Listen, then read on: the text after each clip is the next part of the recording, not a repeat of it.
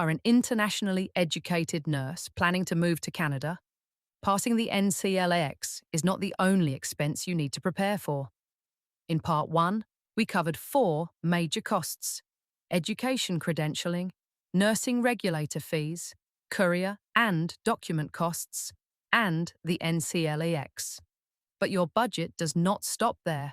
There are 4 more expenses that can catch internationally educated nurses by surprise, especially when they focus only on getting licensed. So before you make your final budget, here are 4 more costs you need to think about. Number 5, language testing.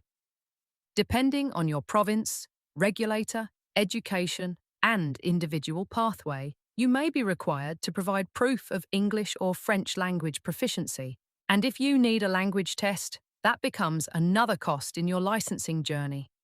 Examples may include IELTS, CELBAN, or another test accepted by your regulator.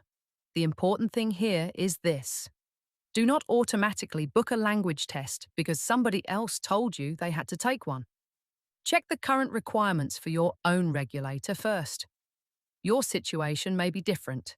And remember, the test fee may not be the only expense.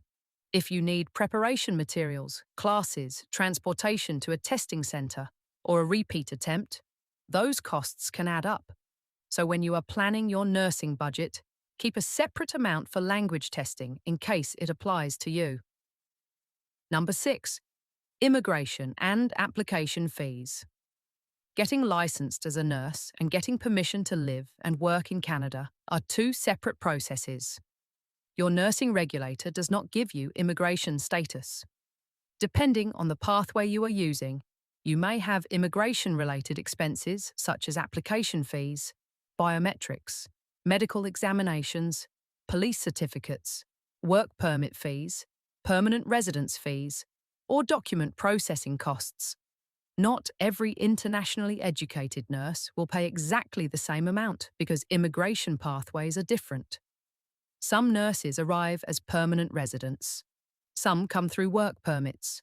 Some may already be living in Canada when they begin the licensing process. That is why you should calculate your immigration costs separately from your nursing registration costs. Do not look at your regulator's fees and assume that is your full cost of moving to Canada. It is not. Number 7, travel and relocation. This is another area people underestimate. Once your licensing and immigration plans begin to come together, you still have to physically move. That may include your flight to Canada, additional baggage, transportation from the airport, and possibly travel within Canada if your final destination is different from the city where you land. And if you are relocating with a spouse or children, the cost can increase significantly. There may also be expenses before you even leave your home country. You may need luggage, winter clothing, document printing, transportation, or temporary accommodation during your travel. One mistake I see people make is spending almost everything on the application process and leaving very little money for the actual relocation. Try not to do that.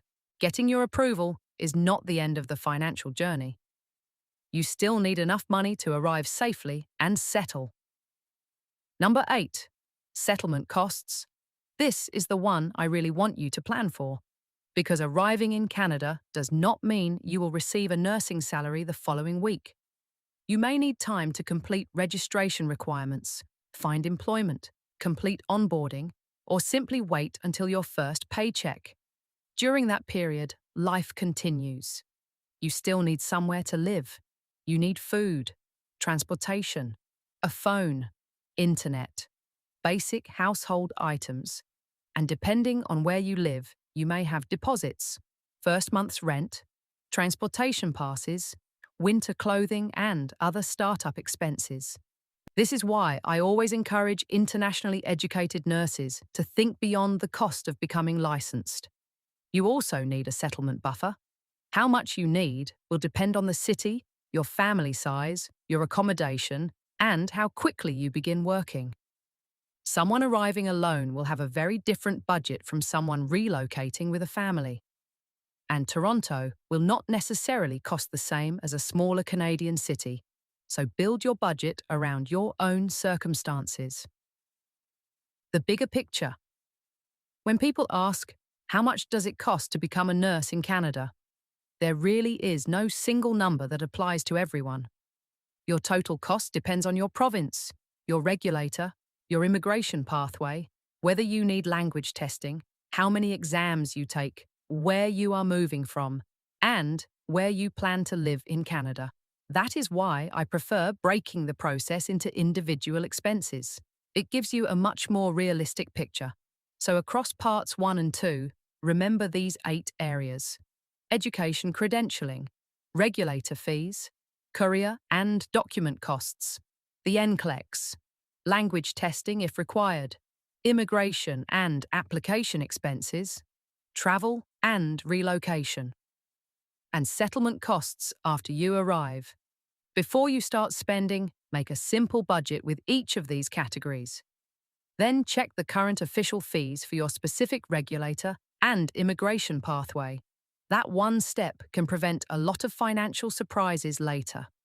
If you are an internationally educated nurse planning your move to Canada, save this video and share it with another nurse who is preparing for the same journey.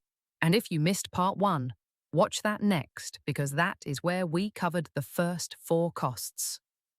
Nursing Canada, helping internationally educated nurses navigate the journey with clearer information and better preparation.